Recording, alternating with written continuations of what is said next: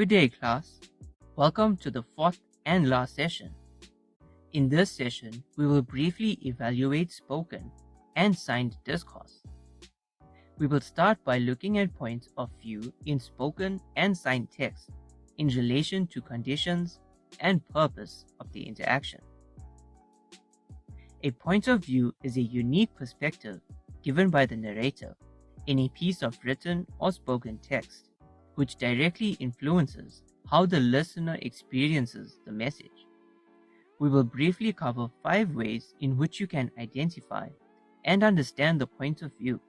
The first method is to understand the first person, which is told from the I perspective, and this places the audience in the speaker's head with the speaker's voice. At times, first-person speakers misunderstand or understand the actions of other characters, or they could have values or biases that impact how they see the world around them, which makes them unreliable.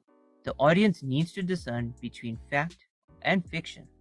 The second method is to understand third-person limited, which uses the pronoun he or she depending on the gender of the character.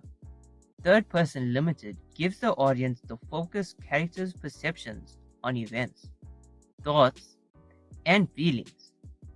It is possible to tell a story from multiple third-person limited points of views. The third method is to understand third-person objective, which is similar to third-person limited, but does not give the audience any of the character's internal thoughts. The fourth method is the third-person omniscient, where the speaker is aware of all the character's thoughts and feelings and action in the story. The omniscient speaker may follow one character around and give the perspectives of the characters he encounters, or it may follow several characters. The last method is the second person, which has the effect of placing the reader in the story with the usage of the pronoun you. Let us now identify values, attitudes, and assumptions, as well as their influence on an interaction. Values are beliefs that guide our behavior. They are socially constructed and devised to allow society to operate with the least amount of conflict. Attitudes are how values are manifested in our actions and thoughts to others. They dictate how we react in concrete situations. One should be able to distinguish between attitudes and values of the reader, the author, and those revealed within the text. At times, writers and speakers are faced with the challenge of writing or speaking on controversial topics that might result in a public stir. Good authors bring out and tackle the issue using evading tactics so that they are not pinpointed as custodians of the thought. A common issue faced by speakers is not being able to speak clearly. One can have a well-prepared and practiced speech with a confident delivery, but if your audience cannot understand you, then it is pointless. Recording a video of your presentation is the best way to evaluate the visual aspect of your presentation, as well as the clarity of your speech. There are a number of methods you can apply in order to improve your clarity.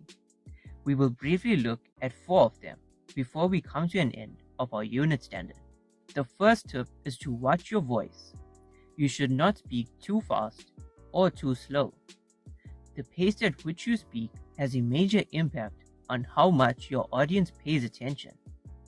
This also includes your voice projection and tone when delivering your presentation. The second tip is to mind your language. You should be careful how you pronounce words, and you should refrain from using acronyms that the audience is not familiar with. You should not use big words unnecessarily to show off your rich vocabulary. The third tip is that you should improve your English, especially if it is not your own native language. One can use the same techniques used by children to learn to speak English. By doing so, you will be more fluent in speaking English and won't make simple mistakes. The fourth and last tip is to organize your speech. Your speech should be well organized and should flow from topic to topic, instead of jumping back and forth between topics, which makes you seem unprepared. You should take your time to create an outline and ensure that you only include things that fit with the topic of your speech. Ensure that your transitions are smooth, or use pauses to move from one thought to another. We have come to an end of our unit standard. Please make sure you go over your learner guide to cover anything we might have missed.